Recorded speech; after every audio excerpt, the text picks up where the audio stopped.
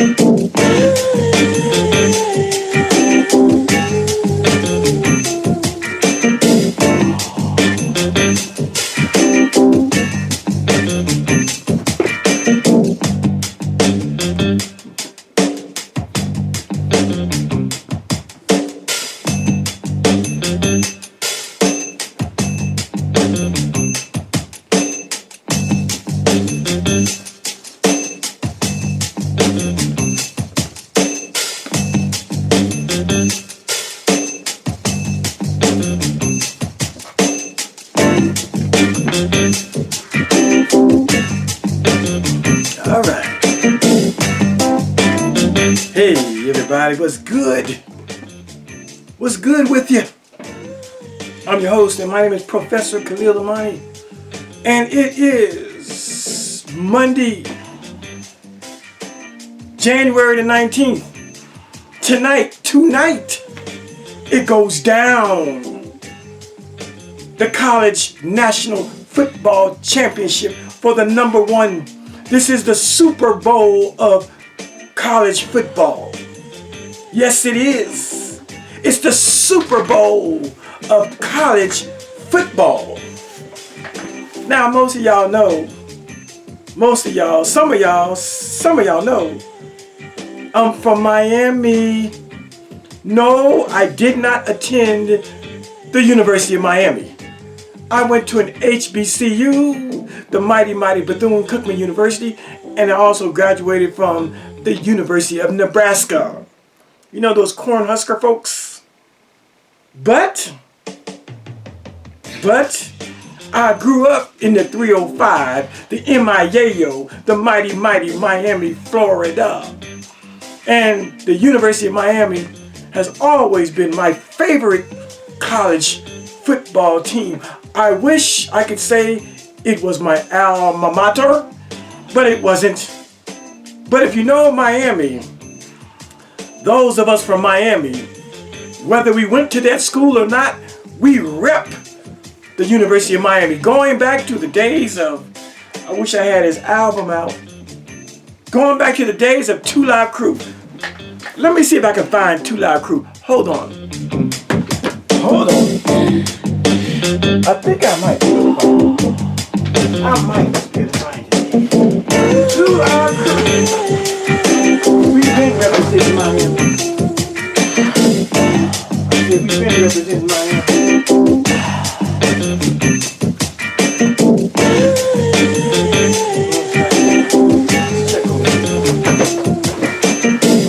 Going back to the days of Two Live Crew.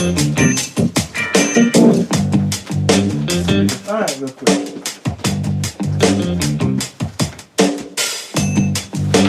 If you can find it.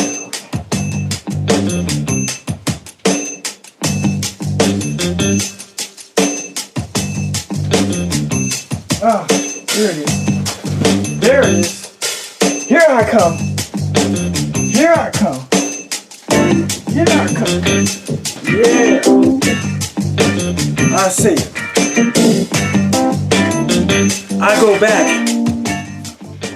go back to the 1980s in Miami, when the first bad boys of college football 86, 87, 88, the University of Miami, the U. They were so bad that even people like Two Live Crew was representing the Miami. This is the University of Miami. Yeah, bet you don't have this album, do you? Yeah. What a great album. What a great album. They representing the Hurricanes. I said they represent the Hurricanes. That's the Miami, University of Miami Hurricanes, known as the U.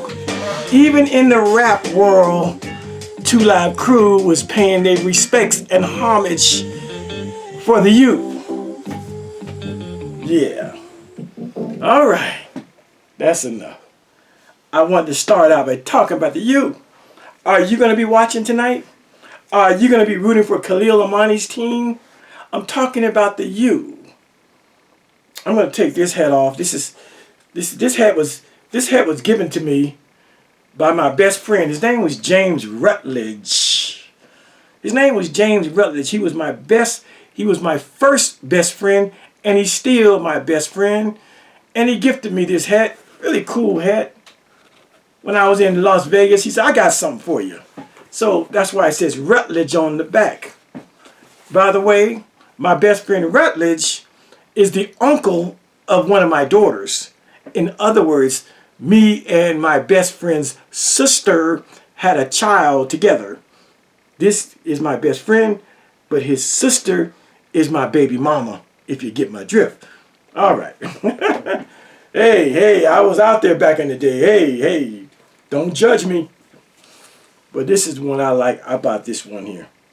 Don't you just love this pair of, these are custom, my oldest son, these are like 6, 7 years old. I've only worn them like 6 or 7 times. Maybe not that many. Custom. They're always on my shelf here, but matter of fact, I think I should take this shoe down for today. And let's put this shoe up for this video. Since we talking about Miami. Bring it here. And let's put this Miami Hurricane hat. Let's take that one down. And let's put this Miami Hurricanes hat right there. Oh, stay up there, buddy. Stay up there. That look good. Okay.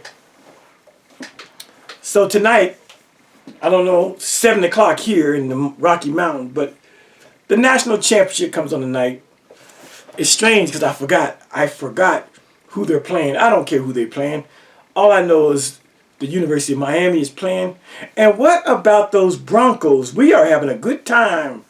I mean, we got some sad news because our #1 quarterback, our first string quarterback, Bo Nix, second-year quarterback, Bo Nix, done a fabulous job. Well, we found out the other day, we won the game, but we found out he broke his ankle. So now we got a second-string quarterback coming in. I don't even know his name, Stidman or something like that. So it's looking kind of rough for us. We play the Patriots next week. It's looking kind of rough. We don't have our main quarterback. We're going with a second-string quarterback. But shout out to my niece on Facebook. She actually hit me up and said, well, Khalil, what you going to do? What you going to do, Uncle Khalil? It looks kind of crazy for you. What you going to do, Uncle Khalil? Your second-string quarterback has to take over for the championship game. And if he wins that, he's got to play for the Super Bowl. What you going to do? What you thinking about that, Uncle Khalil? That's my niece. Shout out to her. Said to me on Facebook. But I reminded her, or I educated her. I said, some of you are too young to remember this, but growing up in Miami, the Miami Dolphins went 17-0. They went 17-0. Perfect season. It's never been done in the history of the NFL. But guess what, people? Well, a lot of people don't know, although they might have heard about the Miami Dolphins 1972 season, the perfect season. And I got to tell you, I knew every player on that team, and every player knew me. Because the training camp the training camp was literally, I don't know, 6, 7 blocks from my house. When they practiced, we could hear the whistles and whatnot going on. We run 6, 7 blocks, and we'd be at the training camp on the sidelines. Back in the 70s, there wasn't all this security. You could walk right up and say, "Hey, Larry Zonka." You could walk right on up. You could walk right on up and talk to Bob Greasy and Larry Zonka and Mercury Morris and Jim Kick and Paul Warfield and Nick Bonacani. I knew all those guys. Sometimes the balls would go out of bounds, and we little boys in the neighborhood, we go retrieve the balls. Here, Bob Greasy, and throw it to them, and they give us a little thumb up. They all knew us. One time, I was 12 years old when this happened.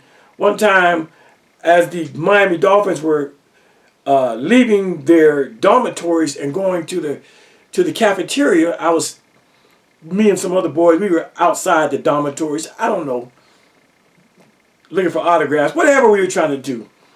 And Nick Bonacani, if you don't know who Nick Bonacani is, one of the greatest middle linebackers in the history of the game. Nick Bonacani comes over to me and grabs me by my neck. I'm 12 years old. And he picks me up by my neck and carries me to the chow hall, to the mess hall, to the cafeteria, and goes in there and goes, hey guys, hey fellas, I got lunches right here. And I'm like, let me down. It's a big joke, of course, but I'm kicking and, I got lunch right here. That really happened. They all knew us and they all played with us neighborhood kids. But going back to how we lost our quarterback and what we're going to do about it, I reminded my niece that in 1972, the Miami Dolphins, they went and had the perfect season, undefeated. But here's the catch, here's the caveat. They didn't do it with their number one starting quarterback, Bob Greasy. Bob Greasy gets hurt in game 5 of the regular season. And an old quarterback who's been to, he was playing with the Baltimore Colts and other folks. He'd been around since the early 60s. I think he was, at the time of he played for us, I think he was like 39, 40 years old. That's old in football years, especially in the 1970s. His name was Earl Morrow. You can Google him, you can go to YouTube, and you can watch the great Earl Morrow, number 15. Earl Morrow had been to the Super Bowl with the Colts. He lost to Johnny Unitas. No, not Johnny Unitas. Joe, what's his name? Broadway Joe, that quarterback. I can't think of his name right now. Joe, let me get it real quick. I'm telling you a story here. Work with me. Broadway Joe. Joe Namath. Broadway Joe. Our quarterback went to the Super Bowl with another team. I believe it was the Baltimore Colts. He replaces Johnny Unitas, who was a great quarterback, but our second string quarterback loses to that game to this fella right here, one of the greatest upsets in NFL history. His name was Joe Namath. They called him Broadway Joe.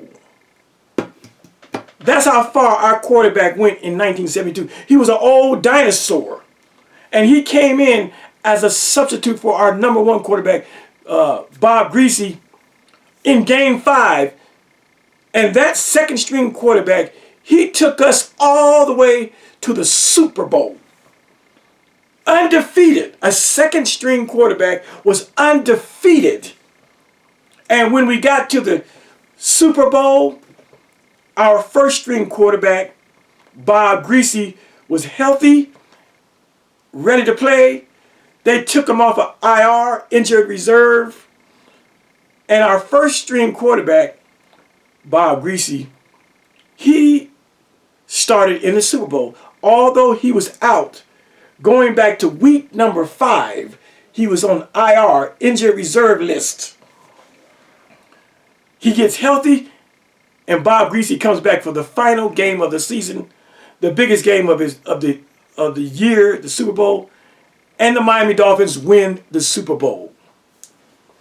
The year before, we were at Super Bowl II, but we lost also to the Dallas Cowboys with Roger Staubach, 24-3. I was heartbroken in '71. Oh, I was a big fan. So to answer my niece, who wants to know what are the Broncos going to do without our starting quarterback, I gave her that story. That the Miami Dolphins went 17-0 with their second string quarterback. In the 5th game of the regular season, our first string quarterback, Bob Greasy, goes out with an injury that keeps him out for the rest of the season until the week of the Super Bowl. And so the coach, Don Shula, has a decision to make. Do I keep this old-ass dinosaur, Earl Morrall, in? Because Earl Morrall took over in Game 5 and took us to a perfect season all the way up to the Super Bowl. So it was a real choice that Coach Shula had to make. Do I stay with the second string quarterback who got us to the Super Bowl? Or do I bring in my number 1 quarterback who's ready to go? He's healed up from his injury. What do I do? What do I do? And so Coach Shula said, I am going to bring back my number 1 quarterback. Thank you, old dinosaur. Thank you, Earl Morrall. You've served your purpose. You did great as a backup. But my number 1 guy is back here. And Earl Morrall, being an old dinosaur who had been to a Super Bowl or 2, he played for 2 or 3 teams. Definitely, I know he played for the Baltimore Colts, and he took over. I think Johnny Unitas was injured, and he took over for Johnny Unitas and went to the Super Bowl, but he lost that one to Joe Namath. Yeah, I'm a sports fan. And so now today, when I think about what happened to our quarterback, our number 1 quarterback, he's out for the season. Bo Nix. Now we have a new guy. I think his name is Stidman. S-T-I-D-M-A-N. Stid something. Never heard the guy. But he will be our starting quarterback. So we'll see. Anything is possible. It happened in 1972 with the old dinosaur. Not a young quarterback, an old quarterback. I'm just curious. How old was Earl Morrall when he played for the Dolphins? I'm going to tell you his actual age. How old was Earl Morrall when he started quarterback with the Miami Dolphins?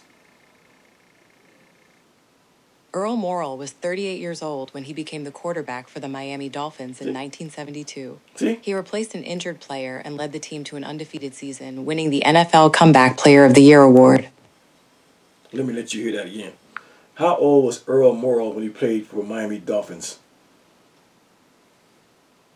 Earl Morrall was 38 years old when he played for the Miami Dolphins in 1972. He stepped in for an injured player, started 11 games, and earned Comeback Player of the Year.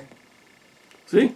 They say Earl Morrall, but we called him Earl Morrall, and everybody else did call him Earl Morrall. But he was 38 years old. That's a dinosaur in the 70s. In the 70s, playing at 38, that's like playing at like 50 years old.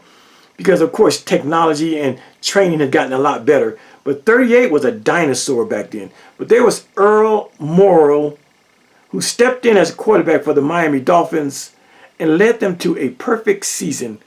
The only game he didn't play in was the Super Bowl. Earl Morrall, backup quarterback who took over for injured starter Bob Greasy. Key achievement, led the offense during the Dolphins' undefeated championship run. 1972. That's right. I was all about that. I knew all these guys back then, growing up in Miami. 1972. So there's hope. So I told my niece, don't worry, there's hope. It happened in Miami with the old quarterback. Earl Morrall was 38 years old when he took the helm of the Miami Dolphins and led them to the Super Bowl. The quarterback that we got coming, he's a young boy. He's still in his 20s. So, anything is possible. I just want to talk about that. So, shout out to the Miami Dolphins. Shout out to the University of Miami. Tonight's game, let's get it on. I can't wait. I'm excited. I'll be there with popcorn and sodas and then. The other thing, all right, enough of sports. Tomorrow is January 20th. Well, what's special about tomorrow? Tomorrow is the continuation. Tomorrow is the continuation of my tenure at Kaiser Permanente, the largest healthcare facility organization in America. Tomorrow is my first day of work. So today is my last day of staying up till 2 and 3 in the morning like I normally do sometime. I got to get in bed by at least, I could stay up to at least midnight because I don't have to get up until 8 o'clock in the morning. So I got 12 to 8, that's 8 hours. I still don't have to rush to go to sleep. But I need to get in bed between 11 and 12 just to get up. I'm sure I'll get up way before 8 o'clock in pure excitement for my first day back at the job. I'm going to be at a different facility.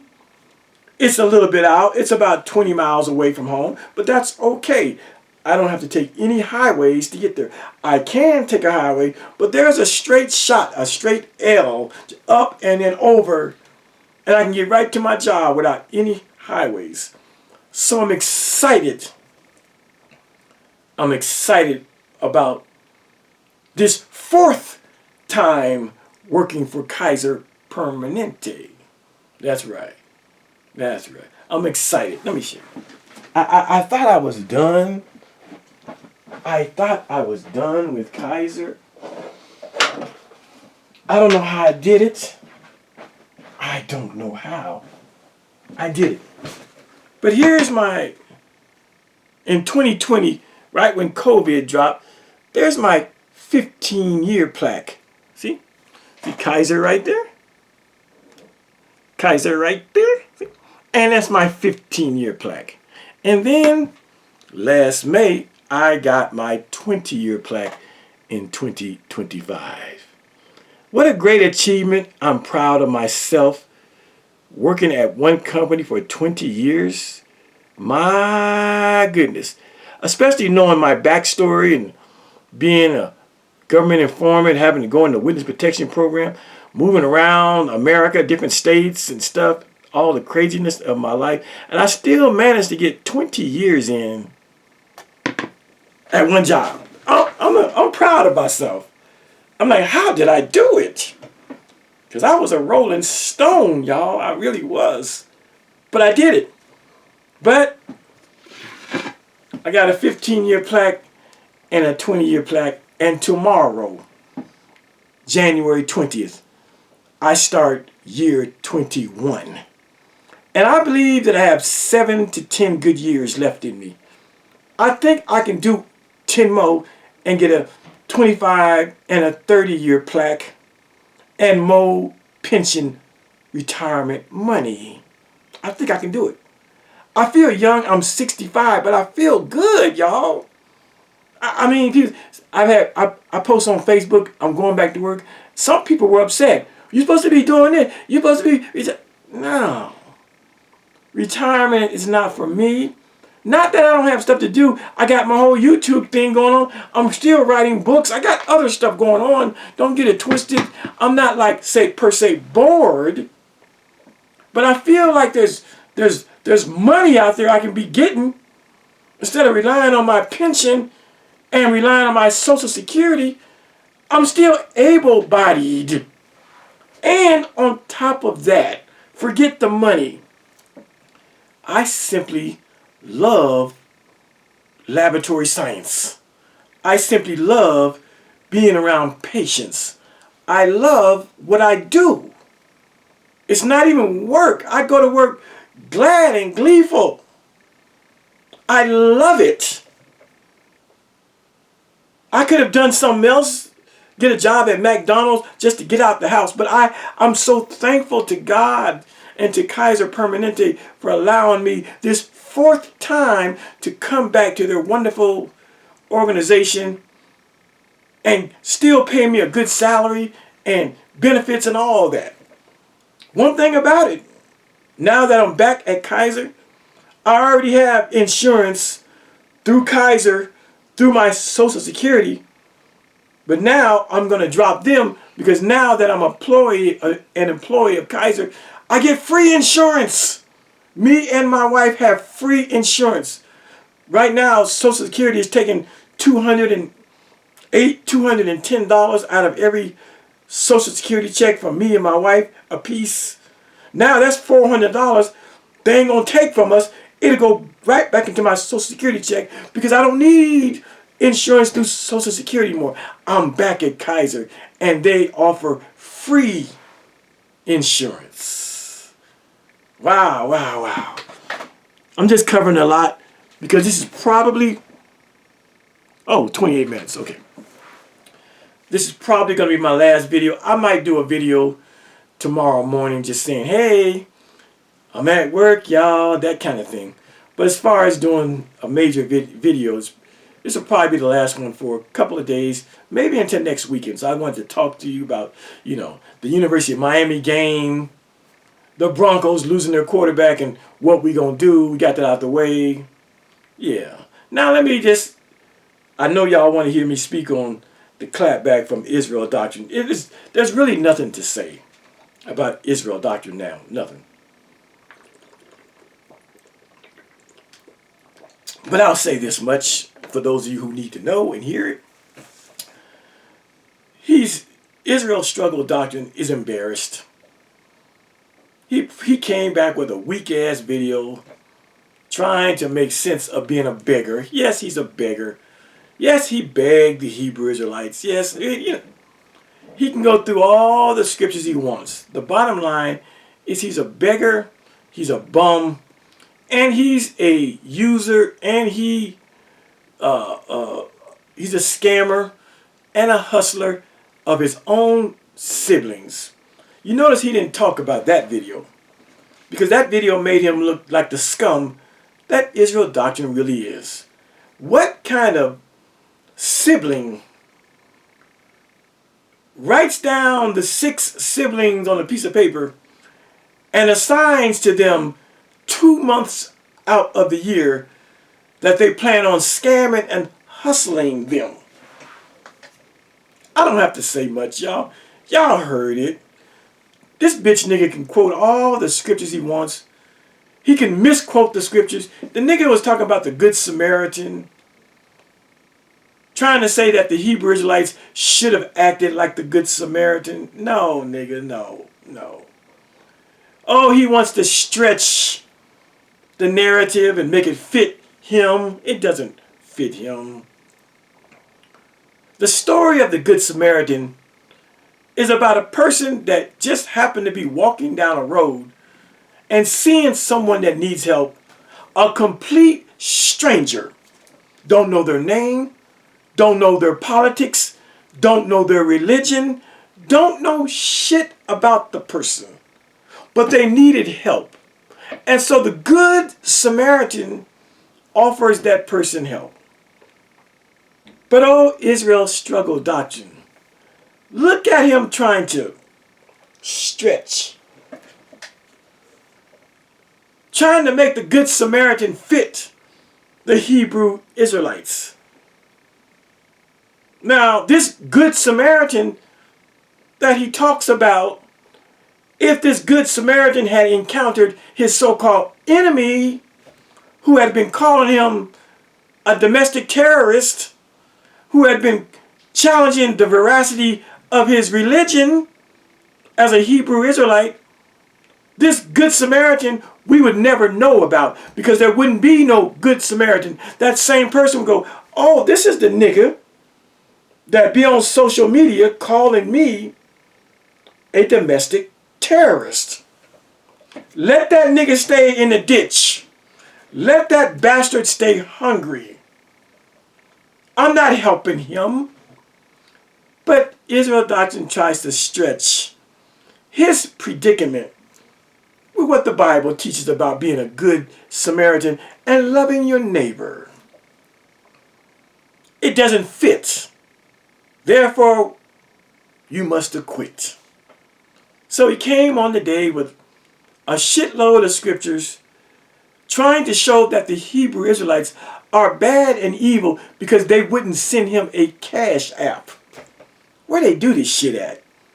I mean, you got to be a narcissistic and egotistical maniac to believe that you are so good, you are so whatever, that someone can go on Cash App and request $5, and when they don't send you the $5 that you request, you call them bad and evil.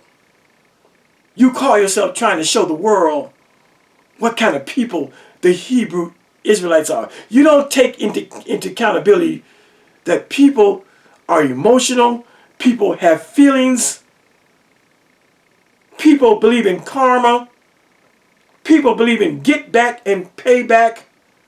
People believe that when you talk about me and disrespect me, it's motherfuck you for the rest of your life. That's the way humans are hardwired. We're not hardwired to forgive every situation. We are created in the image of God, and we know what kind of God the Bible says he is. The God of the Bible, oh, he don't forgive a lot of shit. The God of the Bible, he's so vindictive that he drowned the whole goddamn world except for 8 people. Is God evil? Goddamn right he is. If the Hebrew Israelites are evil for not giving this bitch nigga Israel Doctrine $5 cash app, then the very God that Israel Doctrine served is super, super evil. He drowned the whole world.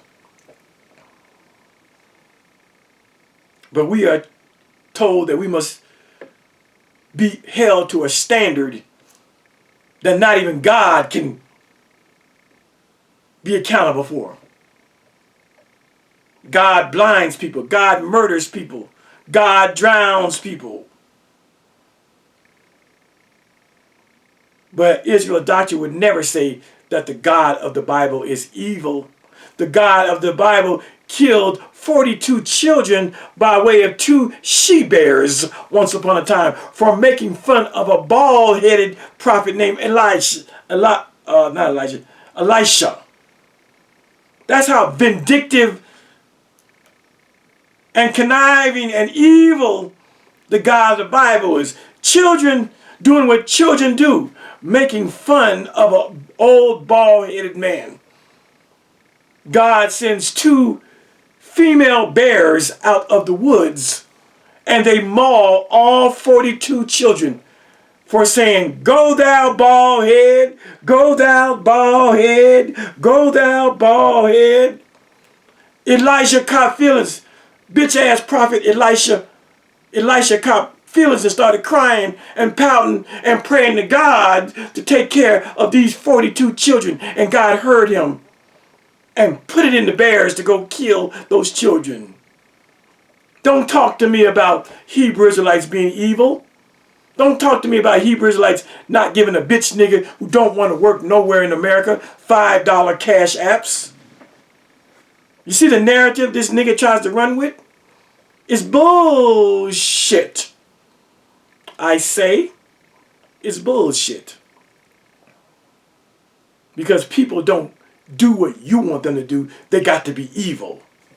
And the fact that Israel Struggle Doctrine says it was a test. Who the fuck has to take his test? And the nigga's all sore. He's all sore with me. Oh, you could have called me on your channel You could have called me on the channel. I could explain it to you. Nigga, I don't need you. I don't need you to come up on my channel to explain the motherfucking thing. I don't need the backstory. You said you were testing somebody's love on the 3-minute mark of your video. And on the 14-minute mark, you told us who that somebody was. That you sent cash apps, you requested cash apps from people that you know don't fuck with you. You requested cash apps from people that you don't even like. But you think that these people that you don't like should be held to a higher standard of love than you. You think your enemies, the people that you are actively trying to destroy, you think that they owe you an allegiance to some being a good Samaritan. No, nigga. You're bastardizing the scriptures, and you're bastardizing love, and you're bastardizing relationships. You don't get to fuck over people and then quote the Bible and tell the people that you fucked over they should do the right thing and hold themselves to a higher standard of morality. No, bitch nigga, you don't get to do that. You don't get to call people domestic terrorists and evil and then turn around and ask them for money to see if they are Jesus believers, if they're going to do the right thing by way of Jesus. You don't get to do that. That's not what Jesus even intended. You don't get to fuck over people and then ask the people you fuck over to help you because you need a sandwich and something to drink. You don't get to do that. That's a bastardization of the scriptures. No, nigga, Jesus didn't teach no shit like that. Yeah, he said, turn the other cheek. But he also went into the temple and kicked the money changers and the dove sellers out of the fucking temple on their heads. Yeah, Jesus said, turn the other cheek. But he also said in Luke that one day he's going to come back and he wants all of his enemies to come stand before him. And he says, murder them before my face. You don't teach that, Jesus, do you? Let me grab my Bible. I said Luke 19:27 maybe. I'm going off the dome, y'all. I didn't prepare a lesson and I didn't prepare to show you Bible. But let's go to Luke. Let me show you the Jesus. You want to talk about the turn the other cheek. Well, look at this one. I think it's 19. I'm old, but my memory, yeah, Khalil, he old, but he still remembers some shit. Israel doctrine, he don't want to teach the Jesus of Luke 19:27. He want to tell you about the Good Samaritan. He want to tell you about being nice to the neighbor. He want to tell you about being goody two-shoes, and if somebody slap you on one side cheek, let him slap you on the other side of the cheek. But he don't tell you about this Jesus. Let me show you about this Jesus. I said Luke the 19th chapter, verse 27. See the red letters? The red letters mean that's Jesus talking. And he says, but those mine enemies, which would not that I should reign or rule over them, bring them hither, bring them here, and slay and kill and murder and unalive them before me while I watch. Hello. But those mine enemies, which would not that I should reign over them, bring them hither and slay them before me. See? That's why Jesus goes from being a lamb to a lion. Yeah, you could pull out all those beautiful scriptures that teach us how we should interact with one another. But Jesus got enemies, just like the Hebrew Israelites have an enemy. Israel's struggle doctrine is an enemy of Hebrew Israelite progression. He's their enemy. The Hebrew Israelites, they look at Israel's struggle doctrine as their enemy. Jesus said, I'm going to murder my enemies. Jesus says the day is coming when I said, all those my enemies that don't want me to rule over them, bring them here and murder them before me. While I sit on the throne and watch blood skeet from their jugular veins because they don't want me to be their king. That day is coming. So you can quote all those goody two-shoe scriptures about how the Good Samaritan this and the Good Samaritan that and how you should love your neighbor and all that bullshit. Beautiful, beautiful. But Jesus is going to murder his enemies. The Hebrew Israelites have an enemy, and his name is Israel's struggle doctrine. And they are murdering him by allowing that bitch nigga to starve and to not have, and to become dehydrated from lack of thirst. That bitch nigga has to drink out the tap water. That's how the Hebrew Israelite movement is going to murder Israel doctrine, by simply not giving that bitch nigga a $5 cash app. That nigga got to go to bed with miss milk cramps. That nigga got to go to bed, his stomach is rumbling. That nigga waking up in the middle of the night and drinking a quart of water just to feel his gut, to feel his stomach, to make him feel like there's something in there. That nigga got to wait till the 12th of February for his next Social Security check. Starve on, bitch nigga. And shout out to my friend Leak You for that dollar cash app. Let's see what you're going to do with a dollar cash app, nigga. Buy you a bag of potato chips. You can't even get a potato chips and a quart of water with $1. And yeah, bitch nigga, I meant what I said. I had $50 I was going to send to you, but I'm not going all over creation to look for your cash app. Okay, Leak You knows your cash app. Cool. Now that I know that, I can ask her for your cash app and still send you money, but fuck you, nigga. I ain't sending it. Not now. You can call me computer illiterate. I'm 65. I wasn't born in the computer era. Truth be told, how many 65 years olds are on social media like I am? Oh yeah, most 65-year-olds, a lot of them, they have Facebook page. That's just to keep up with the family. But how many 65 years olds do you know that are super active like me? Facebook, Instagram, YouTube, Twitter, TikTok, doing shit. It's not a lot of 65 years old. Don't blame me because I don't know where to go to find your cash app. My generation is not the generation that grew up using computers.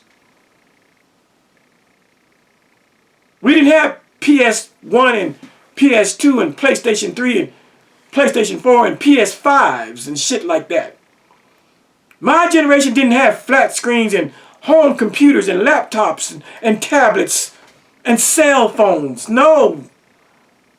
I'm so glad that I am halfway keeping up with what technology is doing. So don't blame me, young nigga. I'm talking to Israel doctrine. I am not of the computer age. I can cut and paste and do a few things. When I wrote my first book in 1996, I wrote it not on a computer. I wrote it on a goddamn typewriter. And then I met a chick who said, we can convert this to, she had an Apple computer with a 5-point floppy disk. I was scared of that goddamn beast. I didn't want no parts of it. But when she showed me how I could cut a whole paragraph and move it from here to there, I said, oh shit. I think I better learn this shit. I'm not from the computer age, but yet at 65, I think I'm doing goddamn good. I think I'm keeping up. I remember when I didn't even want to text. I remember in 2012, I didn't even want a smartphone. I didn't want a Samsung, an Android, or an iPhone. I didn't want none of those things. If I need to call you, if I need to talk to you, I thought you pick up the phone and you make a telephone call. I didn't understand how wonderful the Android or the iPhone was, that I could do more than just make a telephone call. I could look up shit. I could use it in my car for directions. I could take a picture while I'm out of town in New York or Las Vegas, Miami or Los Angeles, and take that picture and put it on Facebook the minute I take it. I used to take a picture with a regular old camera, a regular 35mm camera, and wait till I get back from my vacation 6-7 days later and download it to my computer and then upload it to social media. I had to wait to do that. What? You mean the smartphone, the Android, and the iPhone? I can simply take a picture of the Empire State Building and hit this button over here and automatically goes over to social media, to Facebook. I don't have to wait till I get home 5 days from now to take it off my camera and put it on my computer and then put it on Facebook. What? Oh, so this thing is not a telephone. This is a computer that allows me to make phone calls. Once I got that to my old ass head, I was all in. My kids said, Dad, you don't have to call us every time you need us. Get you a phone, you can just text us. It's quicker, it's faster. I wasn't believing it. I didn't know, no. But when I sent my first text and got a response, oh shit, I understand it now. I had to rework my brain from what a telephone, because a telephone in my generation was to talk, and that was it. But these new gadgets called smartphones, no, they call them smartphone, but it's a handheld computer. I can be in the car and get lost and put in directions. It'll say, go 3 miles and make a left. Take me to the front door of where I'm trying to get. Oh, I get it now. So Israel doctrine, why you want to say shit like, I'm computer illiterate because I could not find your Cash App. Well, bitch, nigga, just put it out front. Why do people have to go on a goose egg hunt, a goose chase, an Easter egg hunt to find one's Cash App? I saw your PayPal. I went to your YouTube and stuff and said, I went to the about. Shows you when you came on and da-da-da-da. And then I saw all your little things down there. Cash App and this and that and that. You should have, not Cash App, PayPal. You should have had Cash App right under your PayPal. Don't blame me for being an old 65-year-old man who doesn't know where to look. You're missing out your money because your shit is not accessible to the general public. My good friend Leaky, she's a motherfucking wizard on the computer. She gets paid working with computers. Computers are her life. Of course, she can find shit. She's the one that did my banner for my channels. I couldn't do that. I'm not from the computer age. I grew up with Donkey Kong and NFL. You see the football team on the board. You turn on this button and the board vibrates and the football players move and they just kind of go where they go. But anyway, I'm about done here. If you don't hear from me for the rest of the week, you know I'm a working man. Gonna watch the game in a few hours. Excited about that. We got more stuff. I'm going to talk about some other Bible stuff I got lined up when I get a chance. But life is great. Life is great. Israel doctrine is he's actually living in a world of hell. He's living in a world of hell right now. Imagine not even having enough food to get a sandwich and a drink. Jesus. Jesus Christ. What a fucking life. Or should I say no life. I can go in my refrigerator right now. I can do hot dogs, burgers, bologna sandwich, ham and turkey cheese sandwiches. Whatever I want. Breakfast, bacon, eggs, sausage, biscuits, toast, uh, you know, grits. Dinner, steak. We got spaghetti. We already cooked. Steak. You know. I mean, I know there's poor people in the world. But when you just poor because you just don't want to get up and do what the book says, 2 Thessalonians 3:10, it says, if any should not work, neither should he eat. Notice that Israel Doctrine never quotes that scripture. Let me go to it. He's never quoted, I've never, ever, ever seen him quote 2 Thessalonians. Oh, he loves Paul, he loves it. But he never quotes 2 Thessalonians chapter 3, verse 10, which says, for even when we were with you, this we commanded, see, it's a commandment. We commanded you that if anybody like struggle doctrine would not work, neither should he eat. He don't want to show you the scripture. He don't want to conform to the scripture. He'd rather request cash apps from his enemy, the Hebrew Israelites.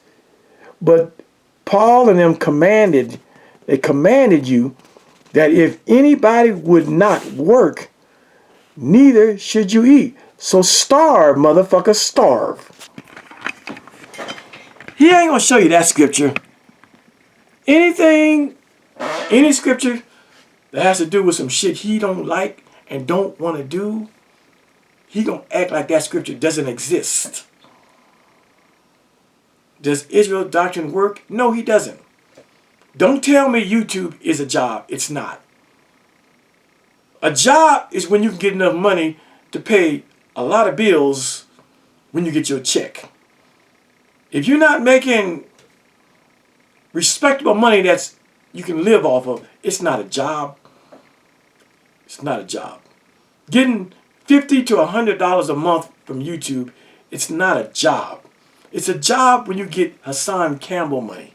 It's a job when you get Sinetter YouTube money. It's a job when you get some of these big YouTubers, the checks they get, that's a job. But until you get to that level of payment, it ain't nothing but a YouTube hobby. You still got to get a job to keep the lights on and the internet and pay your bills and feed yourself. Israel Doctrine is a bum nigga who's getting about $300 or $400 or $500 a month from Social Security because he pulled from his Social Security way before. You're supposed to pull your Social Security. Ideally, you collect Social Security at 67. This nigga's 20 years younger. He's 48. He's 19 years young. He's 19 years younger. He's taken Social Security 19 years before you should. Now, I took my Social Security 2 years before, a year and a half before I should take it. I took my Social Security, I just started getting it at 65 and a half years old. Technically, I should wait till 67. That's just to get the full amount. But I said, that's enough. I'm getting over 2 racks. I'll take that. Because I don't know how long I'm going to live and shit. Give me. But this nigga is damn near 20 years earlier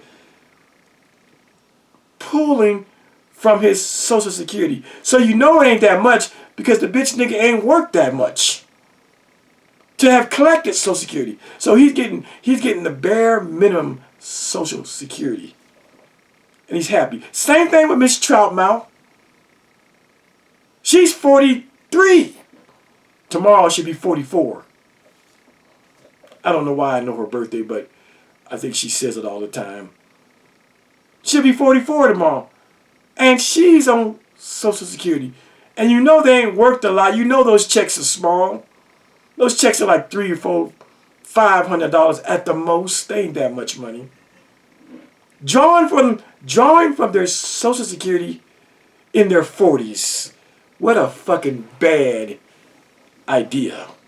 But that's what happens when niggas have welfare minds and they hear about free money that they can draw upon. They don't want to let it collect and get a job, and so when they get old, it'll be higher when they need it. They don't want to work now. I said Pizzy and Gwizzy, they don't want to work now. They've checked out of the workforce in their 40s. They don't want to work nowhere. And that's why they don't have nothing. And that's why they're not married. And that's why they don't have no children. And that's why they don't have people that fuck with them. And that's why social media don't fuck with them. Because we realize Pizzy and Gwizzy are two bums. And that's just the truth. All right, y'all. I'm done for the day. I'm done talking. Go Denver Broncos. Go the Miami Hurricanes. Let's get it. We'll talk to y'all soon. Peace out.